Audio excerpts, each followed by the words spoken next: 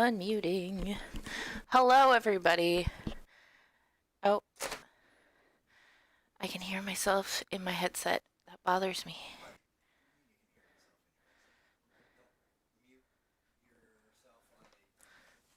On the channel? Perfect. Okay. For realsy starting now. All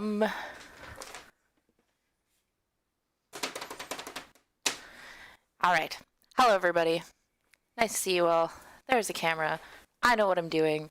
I'm not faking this.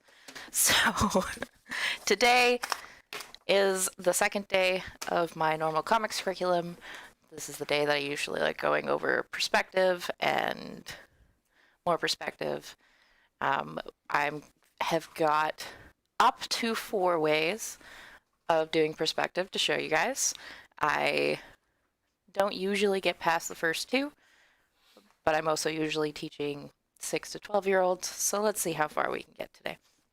I will occasionally respond to a voice you cannot hear off screen. That'll be my husband. He will occasionally show up in the chat as Geek Tech Industries. So direct questions to him, and he can tell me about it. Otherwise, I probably won't see what you're going to hear or what you're going to type. And now I'm going to switch screens. Let's see, overcam, transition, all fancy, and we'll just get right into it. So the first type of perspective is going to be on my tiny piece of paper because I do not want to waste my giant paper on this. I call it lazy perspective because it is just the most simplest you can do. What you need is a horizon line. So a line across your paper. You can't see that very well. I will darken it up. Work pencil. Okay. You need a horizon line, which normally you draw nice and lightly, but I need you guys to see what I'm doing. And then you draw objects. I'm going to start off drawing them lightly. Typically you would be drawing, say, mountains in the distance, or maybe some trees. Let's throw a lake in there. It would probably be less ovally shaped.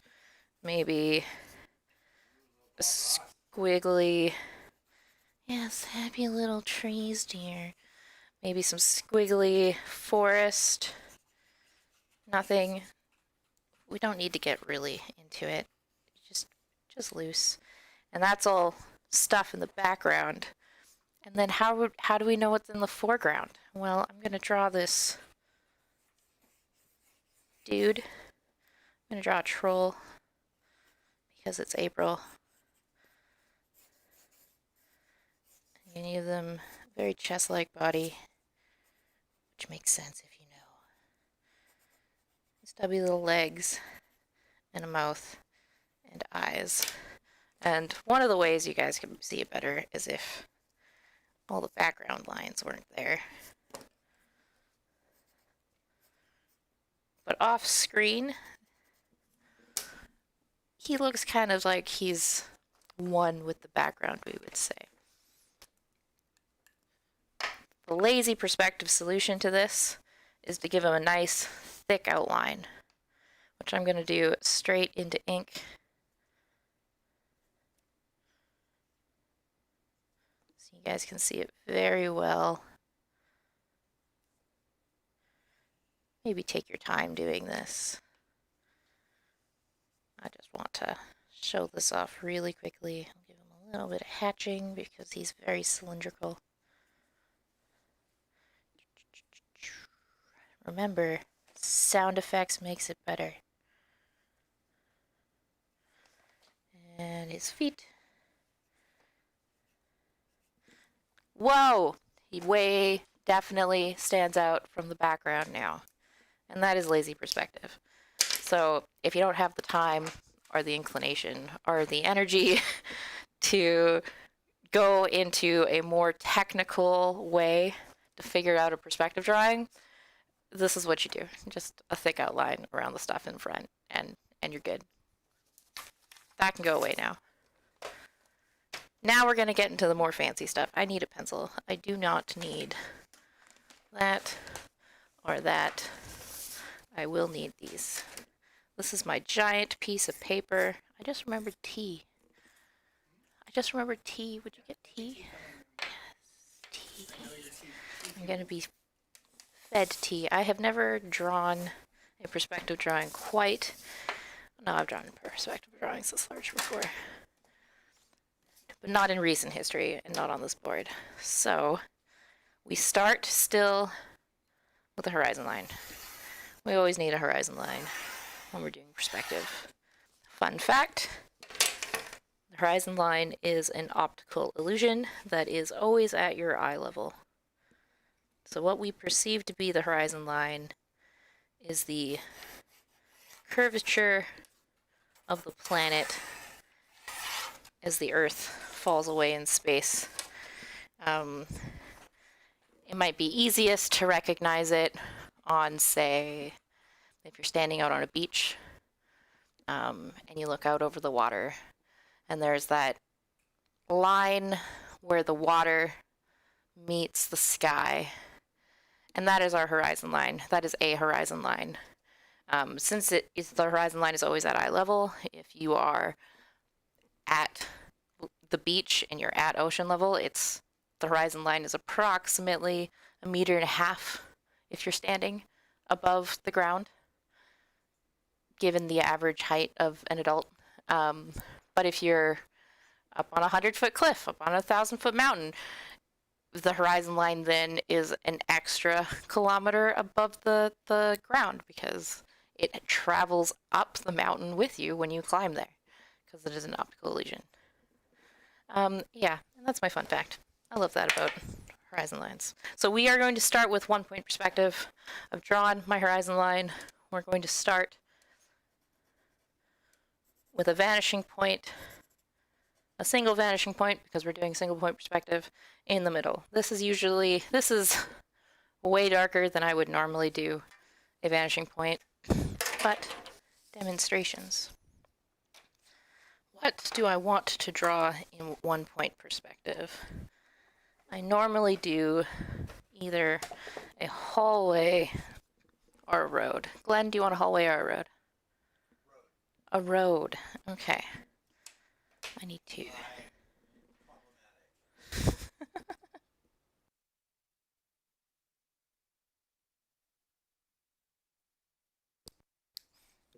All right, so if we are doing a road, we're just going to do a straight road all the way off to the horizon line. So maybe, I don't know, a straight road through a desert. Ah! It helps if you don't move your straight edge.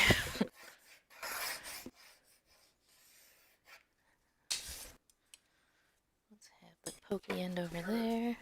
What? Oh, this is a straight road. I can make it a curvy road.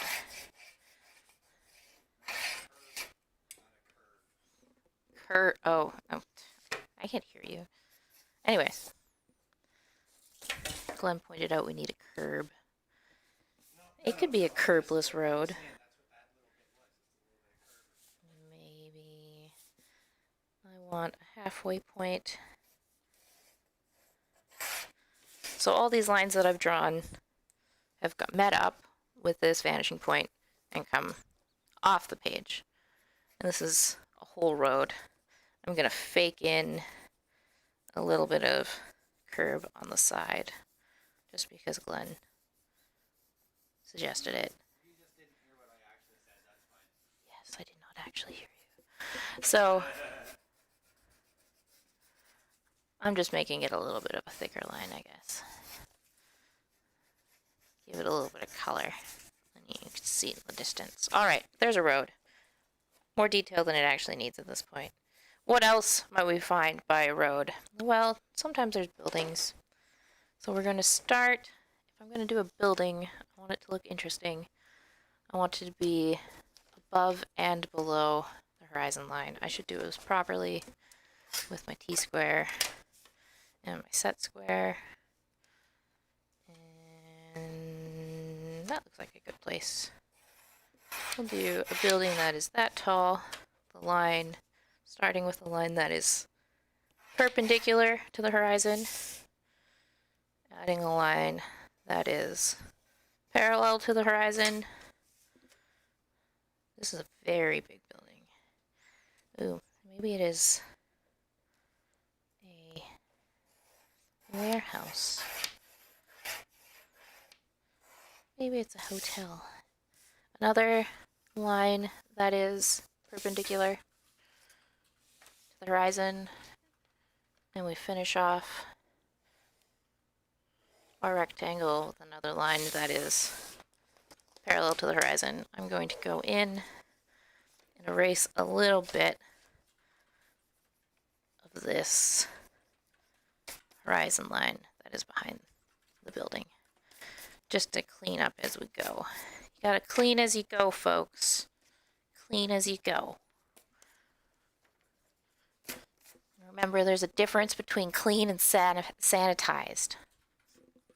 Anyways. Now I have the square. Well, cool, it's a square. We're trying to work in 3 dimensions, though. And a square is 2 dimensions. So how do we turn a square into 3 dimensions in 1-point perspective? Well, we need it to be a cube. We know that cubes have sides, but the quote-unquote tricky part is figuring out which direction these sides go in. And when we're in 1-point perspective, we're always working with that one vanishing point. So what we want to do is we want to connect this, the vertices of this cube. I'm pulling out all my fancy words today. And draw the side of the cube disappearing back towards the vanishing point. And we do that with the other corner that we see as well.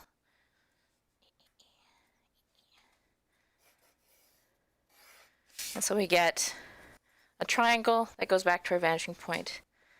We obviously don't want to leave the rays going all the way back.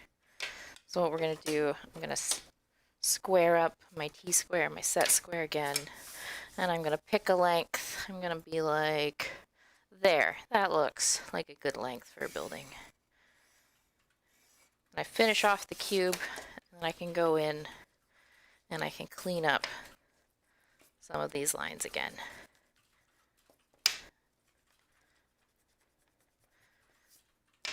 You don't have to be erasing these lines at this point, but we're going to be drawing a lot of lines, and it's going to get really confusing really quick. So clean as you go, folks.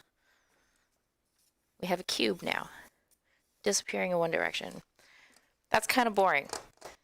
I wanted it to be a building. What do buildings have? Buildings have doors. So let's say the door starts here, lies flat on the wall. So it's going to have a edge that is perpendicular to the horizon, but parallel to our wall. And, well, if the roads are this big, a car would be this big, probably, so a person would be that big, probably, so a door is actually going to be quite tiny. This is a very big building. Let's make it a little wider. It can be a double door. So I was thinking making this a hotel. So I have 2 parallel edges. Paper, stay taped down. 2 edges that are parallel to the wall. How do I do the top? Well, it is not going to be parallel to anything, so it needs to disappear towards the vanishing point. So I start at the vanishing point, and I line it up, and that looks to be about the right height. And I sketch in the rest of that line. I could draw the entire ray down, But then I'll be erasing even more, and that'll get really tedious really quick. All right. I want to be super into it. Parallel line there too. Is that how it would be? So I have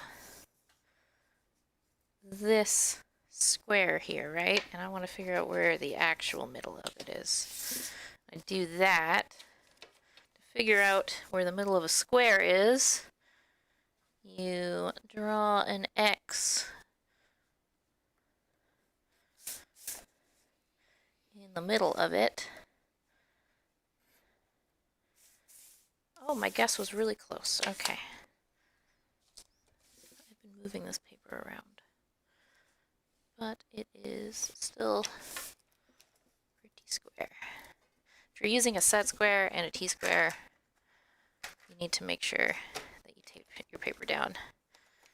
This paper is so big, it doesn't want to stay put. Anyway,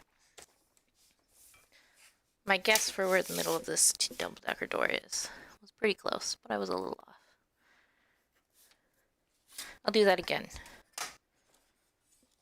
So I have the side of this building, and it's quite large. And I want to know where the middle of this side is, so that if I plan to do anything design-wise, I will know where it is already.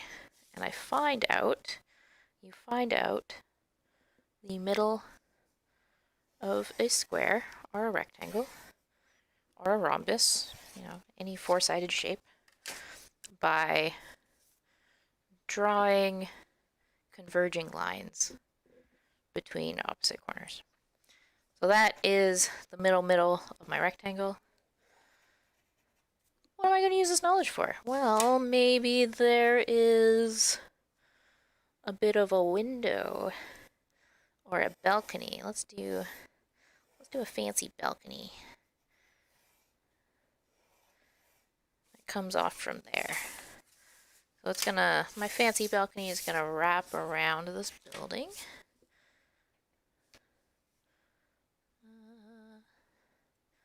There we go. And then what's gonna do? If it's flat here, and it comes up some for a rail, probably does that on the other side as well. We're gonna need to figure out where that part of the balcony disappears to, which is very similar. Also need to figure out the top of this railing. Oh, how huge is that? Let's make that half that size. Because our perspective is already pretty small for our people. I could also change this by making my people bigger. No, committed. It's going to be great. Yeah, that is essentially, so Glenn was just mentioning that I'm essentially doing an architectural drawing, which is precisely what I'm doing. I am doing a very technical drawing of 1-point perspective, going maybe a lot over the top for what a casual landscape drawer is going to do. But the practice of figuring out where all these lines go back to helps to train your brain and to train your hand-eye coordination to be able to fake these shapes really well. So like I just spent all that time figuring out, ooh, these are all the nice lines. I could also just go, there's a rough box, there's a rough box. Be like, oh, it comes back here. Oh, it goes up. Oh, probably comes down there. Oh, I need a door like that. But the reason I can do that so quickly, with it looking more or less correct, like I could go into this and be like, that's where that corner should be. That's where that corner should be.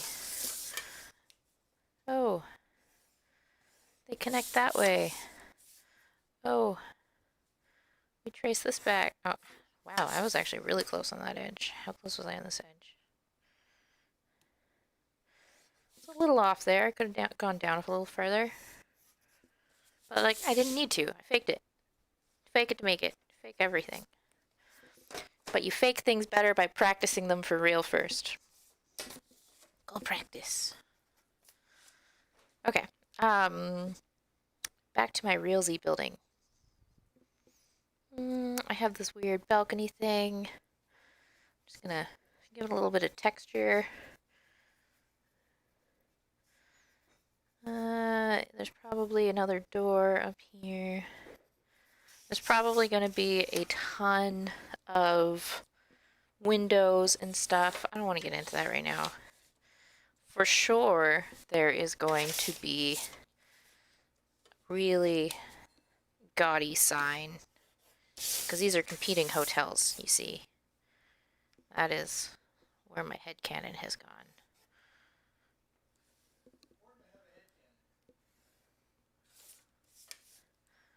So, just drew an overlapping square. If I want to be very precise, I should be using my set square and my T-square. If I want to be extremely precise, I should actually be doing another line for both. A little bit of margin, and we'll do a relatively high middle line. You can just go right on the paper. We have a coffee sun up in our sky now. Oh, a tea sun. Right, I forgot.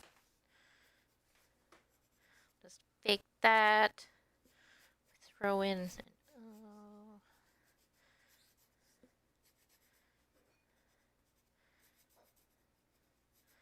There. Almost there. That E would be a little skinnier. That L would be a little skinnier. Because it gets less real estate the farther away it goes, the closer it is to the horizon. Okay, so motel. And I want a similar sign.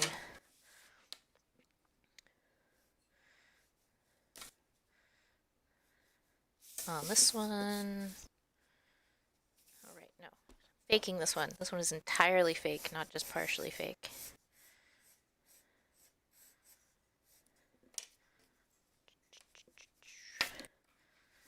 These all my wise words.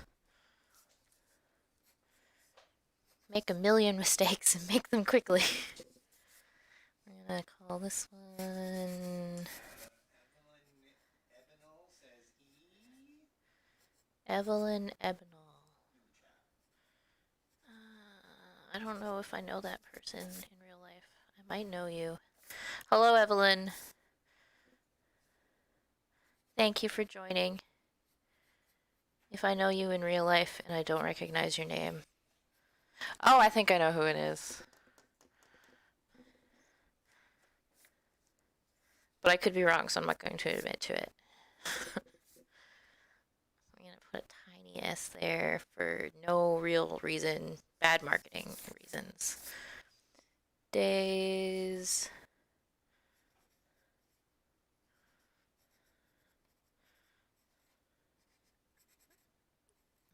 Rests. That's a really terrible sign. Okay, so we have our competing hotels. Just gonna give that a little bit more thickness. more thickness. What else might we find on a road? Well, I think the road is okay, but our background is still pretty shitty. I'm just going to put in a mountain range.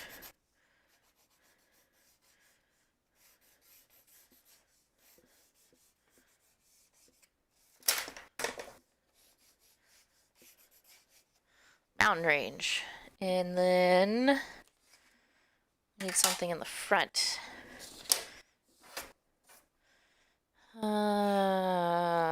Let's do...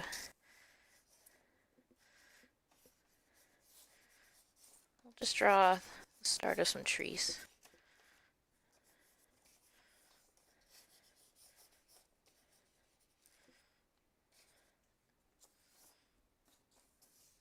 And draw a bird on this tree.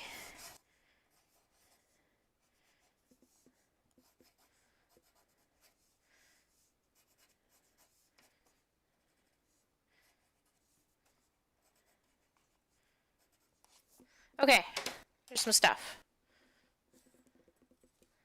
Need to have a sip of my tea. And then we're going to add some fake perspective to this, even more fake perspective to this.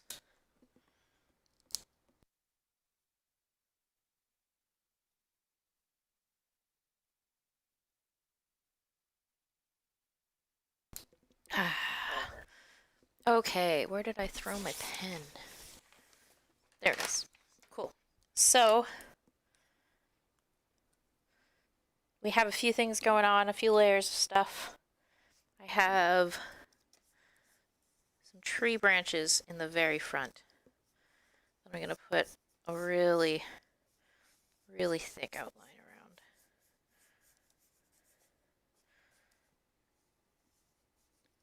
I'm going to have some fruit on them.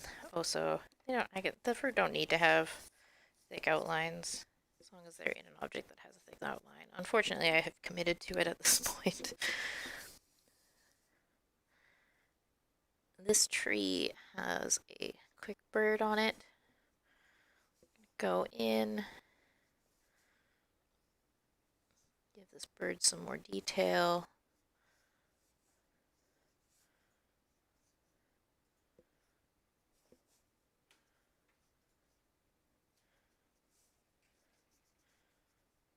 Also very thick, because the bird is on the tree. Give the tree a thick outline.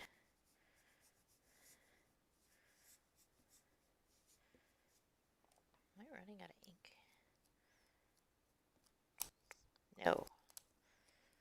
I'm just using a lot of ink at once.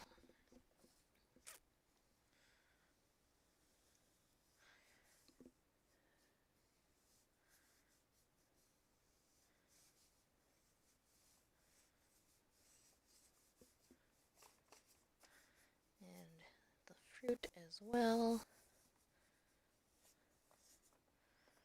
Whew, okay, I need to take it easy on my pen for a minute. It's crying at me, but that's okay.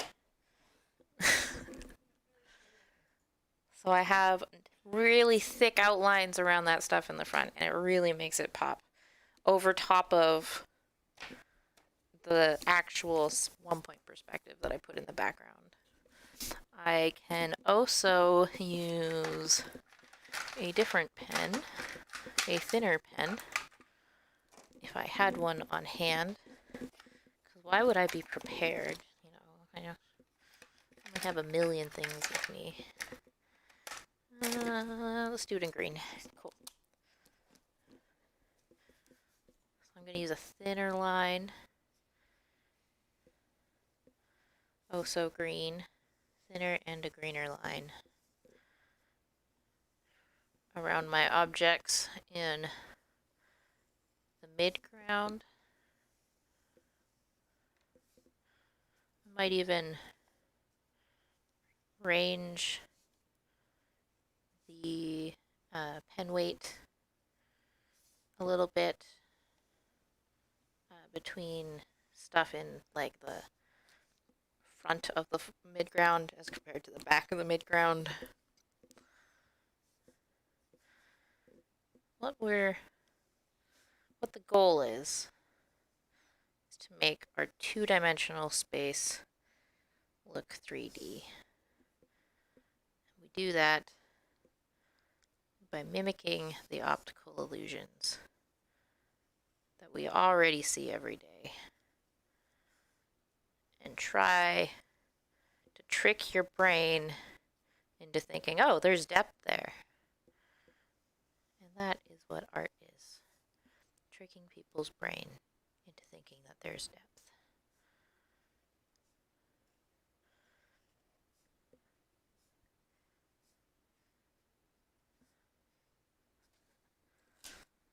Okay. I'm really tempted to continue on. It's not going to take me that much longer, I guess. I'm not going to ink the whole page, though. So that is time spent elsewhere. This is the gist of it. This is the gist of it. I could teach you other fancy things. I could teach you how to make objects that appear at regular intervals, disappear naturally into the distance, like, say, telephone poles, which is the most boring example, but also like the most obvious one. Technically, we start off the same. I kind of faked in that cylinder because it doesn't matter. It's just a cylinder. But that is going to be one edge of a rectangle or of a ray. So we're going to extend back this top edge so we know where all the top edges meet up. We're going to do the same on all the bottom edges. So we know where they all meet up. I should probably actually extend this further forward and add another pole between the trees and... Oh look, it comes to the top of the trees. It's almost like I planned it that way. Almost. Anyways, I'm gonna go along and be like, we do need to know where an exact square is, so we'll fill in that square. And I'm gonna be like, there's a good spot for another totem pole. And we just decide where we want the other one to go. There's not really a whole lot of right or wrong ways. Did I say totem? Sweet. These are going to be now. Totem poles now. Well, they could be. Totem poles don't have to be put at regular intervals. I feel like that's shoehorning things. I don't want to shoehorn anything. Telephone poles. Apologies. So,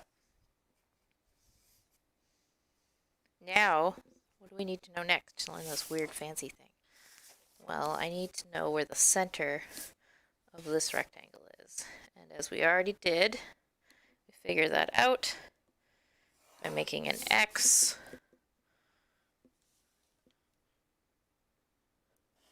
to know where the exact center is. Now what do? Well, I need to know where the center of all of this is. And I figure that out by drawing a line between the vanishing point and the center of that rectangle. So now the centers of all the rectangles between all of the telephone poles should line up on that ray. Okay, well, what does that do? Like, how does that help us? It helps us because we draw a line, and this is probably the trickiest part, between either the top or the bottom corner. I like going to the top corner, and then we're drawing down through the middle, like through the part of this perpendicular rectangle, rhombus, where the center line bisects it. There's a lot of fancy words. But there's one side of this rectangle. There's that middle point that we drew. Go from that corner. We meet up with it at that middle point, and then we extend that down to the bottom ray.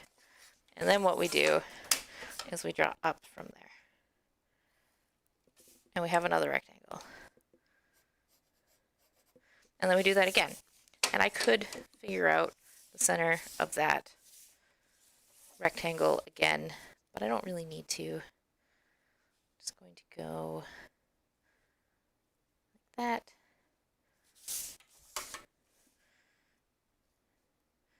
And then I go up again.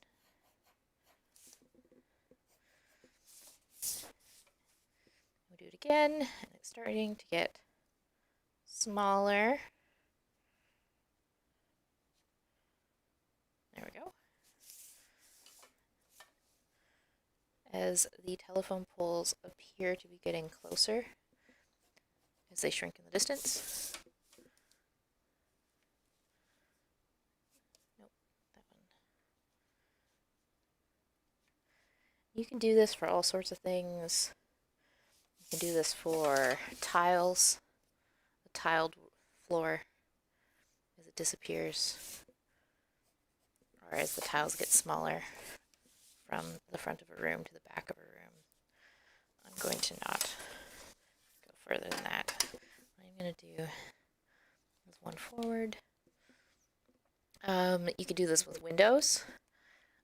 I would have eventually figured out where all those lines are to do windows that appear at regular intervals. Oh, that would come off the page. There might be a totem pole there. Maybe. Totem pole, telephone pole. Jeez, brain. Turn back on. And there we go. Bunch of telephone poles. I'm just gonna fake the rest of these as they get smaller. We draw lines in between them. Ink some of those lines. Turn things very fake. I mean, professional artist. Turn them very professional artist. So that one has a thick outline, a bit of an outline.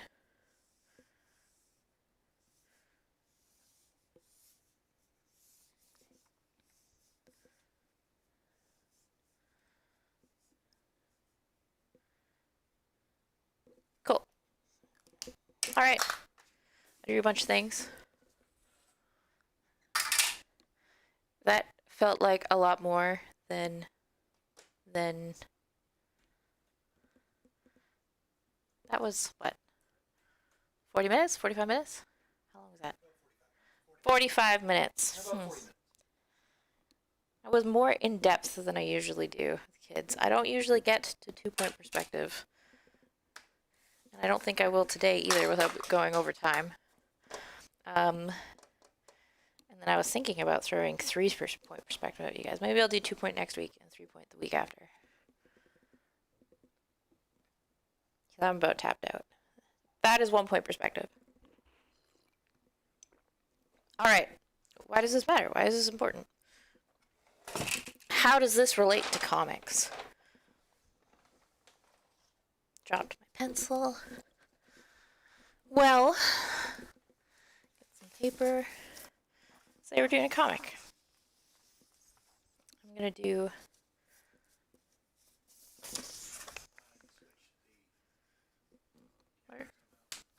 No, I ruined everything. I don't want you guys to see me. There we go. All right, so why is this important? Why does it matter? Say we're doing a comic. I'm going to do a really easy 3-panel comic. Because I like teaching things with 3-panel comics. You don't have to think very hard.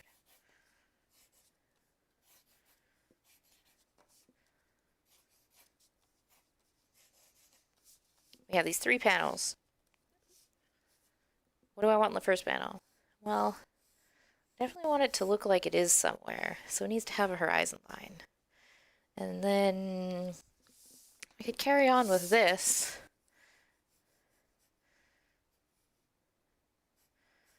have a hotel. Things seem to be disappearing over there. Or a motel. Draw a bit of a motel.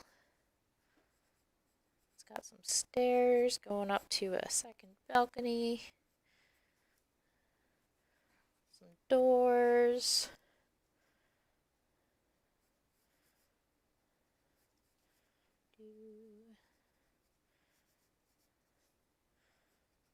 Doors.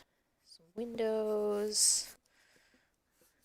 Got an actual appropriately sized road with a car on it.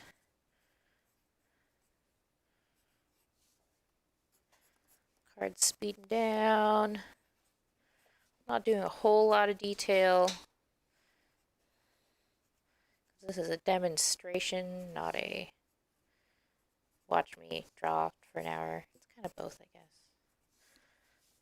So, it could be a thought bubble going down to this car, being like, sure, am tired. And there we go. We've got a very simple one-point perspective in our first panel. And then we're going to be extra lazy. We're going to have a really high horizon line. And we're going to draw the car from the front, which is when we're going to see that it's like a car from Cars.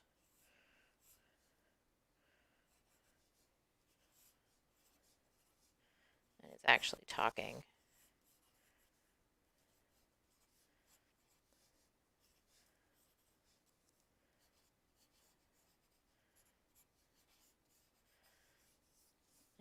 And it's going to be like,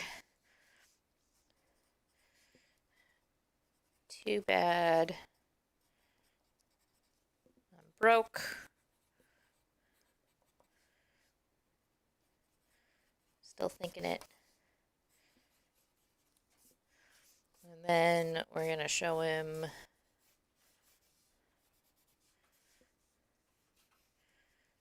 the tree.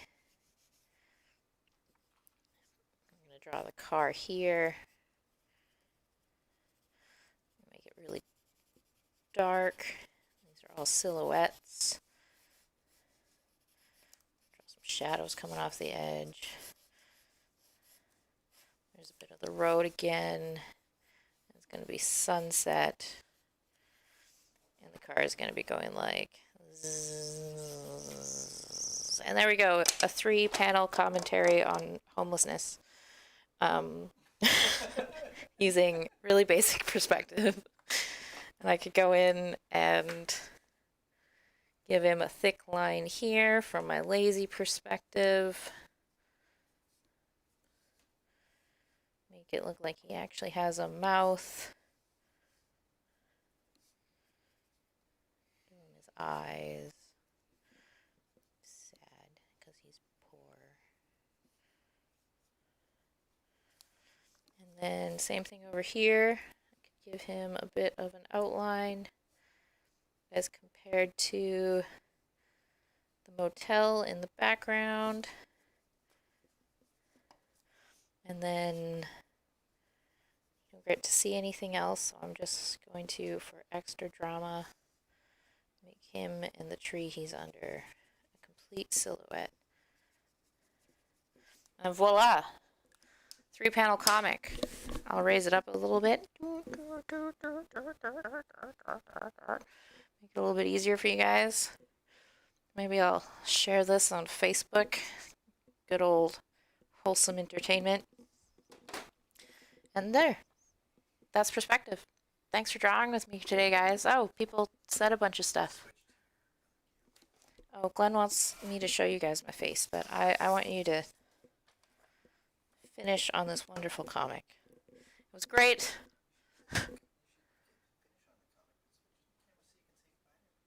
Oh, fine. I'll do it your way. Glenn's like, build engagement. Let people see your face. It was great drawing with you guys today. I'm still finding this kind of weird because there's not a lot of back and forth.